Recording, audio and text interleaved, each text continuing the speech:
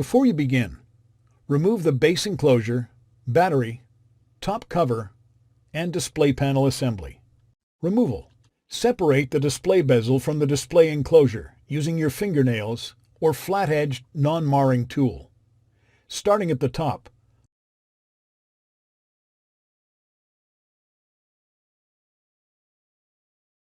around the sides,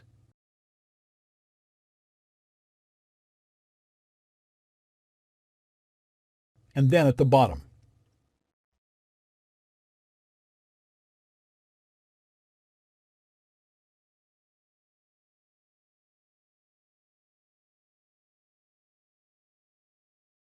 Carefully unclip the hinge cover from the display enclosure.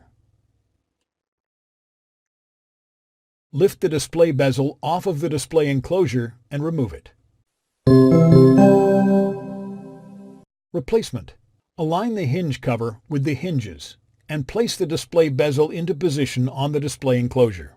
Press down firmly along the edges until the hinge cover and display bezel are fully attached to the display enclosure.